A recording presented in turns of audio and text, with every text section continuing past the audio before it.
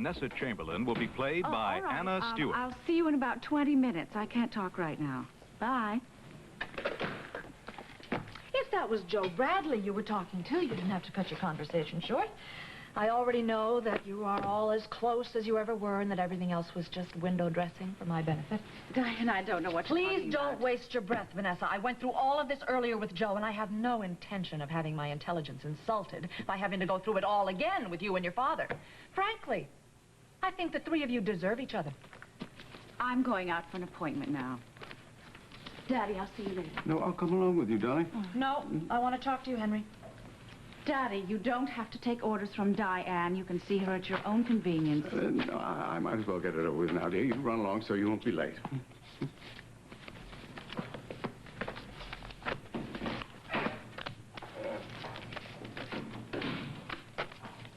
Well, what did you want to see me about?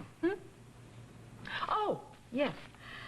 Well, I was wondering when I could expect that first delivery of stock signed over in my name. Yes, I had a feeling that you might drag your feet on this a little bit. So I have worked out a delivery schedule that should keep anyone from becoming too suspicious.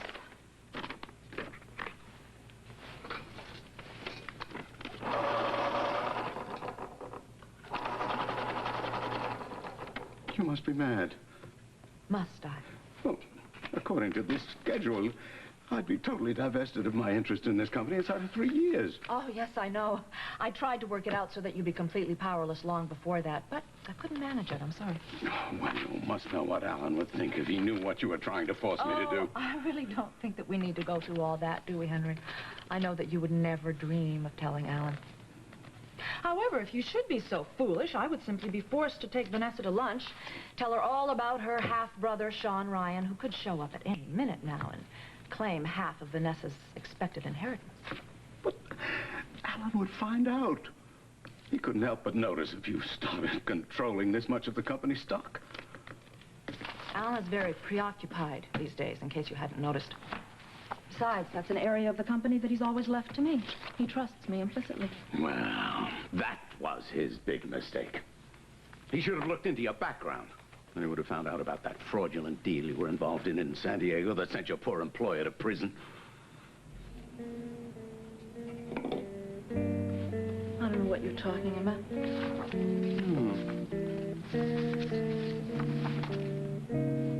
Maybe I have a little threat of my own. No one should know the kind of woman he's trusting I was startled for a moment, Henry, that is all. But if you know all about my employer's swindle in San Diego, then you must also know that I was completely cleared of any blame. I didn't go to prison. Now, that is a matter of record. So I guess you're right back where you started from, aren't you? But you'd better be very careful, or I will have to go over this schedule again and cut another year out of your time here. Now, I expect that delivery of stock, that first delivery of stock, by the end of the month, no later. I'm sorry that you're going to have to take such a tremendous loss on it, but, you know, that's the price people have to pay when they keep guilty little secrets hidden away all these years.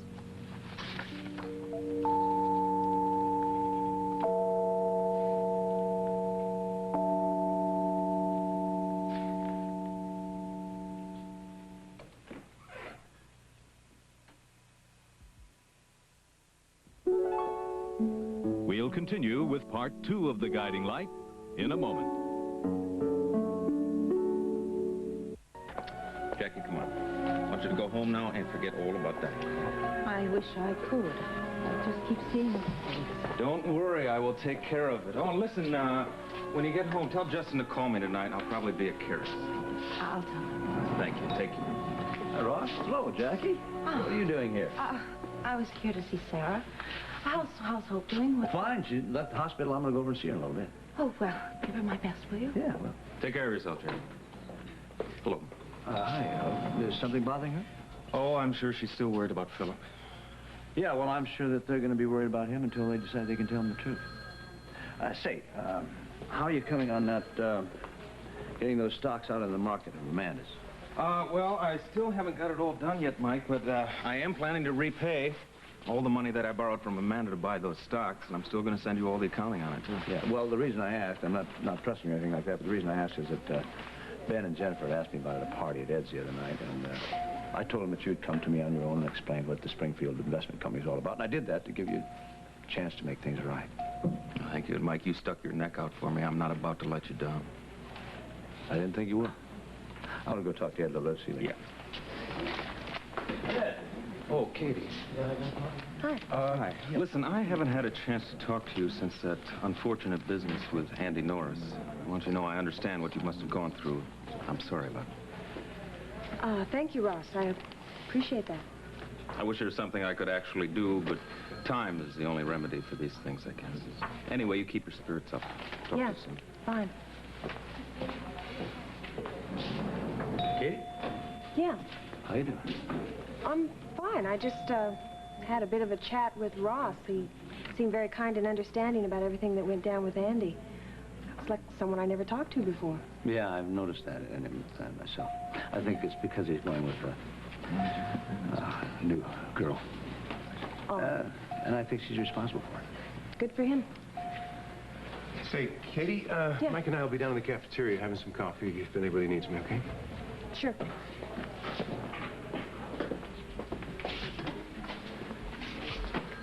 I can imagine how startled you were when that clerk at the club thought you were Alan and came over with an urgent message from Rita. Yeah, I wanted to get the phone number, but the message said that Alan already had it.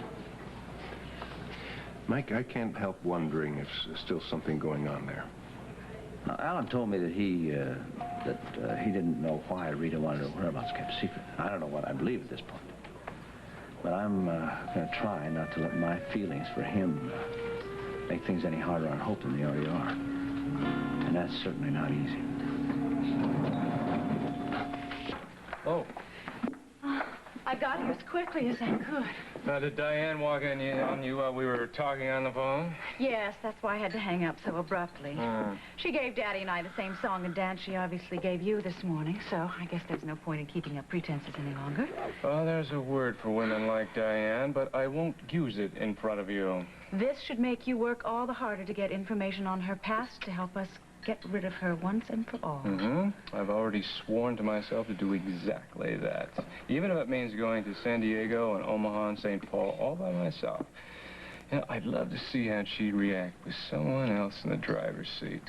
And I intend to enjoy that privilege no matter what. I know the feeling. Now, tell me, what did you find when you searched Alan's room at the club? Only Rita's address and telephone number. That is wonderful. I will have this typed up immediately and sent to Ed anonymously. Well, the letter's really hot, so I don't think I'm sending the real thing. Oh, this is beautiful. I love the part where she finally admits to Alan that she loves him. It's obviously the first time she ever told him that, judging from the way it was phrased. I'll send Ed a copy, of course. But this should make him all the more determined to get rid of her. Joe, you are an angel. Thank you. This is the best, brightest news I've had in days. Now, I'll take care of this first. Then we can put our heads together and try to figure out how to deal with Diane permanently. The sooner, the better. Absolutely. I hate what she's done to all of us. Especially Daddy. She's treating him like a schoolboy. I have my own idea on how to even the score with Diane, but it would require breaking into her apartment again without getting caught. I could break her hold on everyone, make a bundle at the same time. What are you holding out on me? Well, I can't talk about it yet, but maybe someday soon, Alan will see what a viper she really is, and what a fool he was to ever trust her.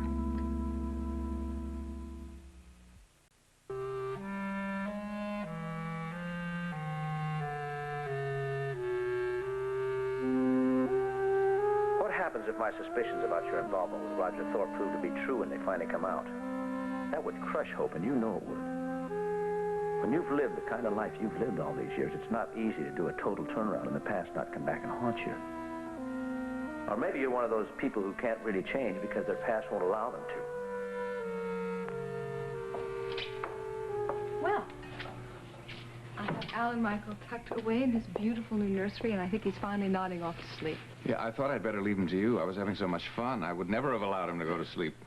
Alan, I was so surprised when I saw the nursery, how beautifully painted and finished it was, and all the beautiful toys. Thank you. I have to share the credit for that with Bert. We did it together. Well, thank you both. But I'll tell you, between your painting and carpentry skills, I think you've missed your true calling. I'm not so sure about that.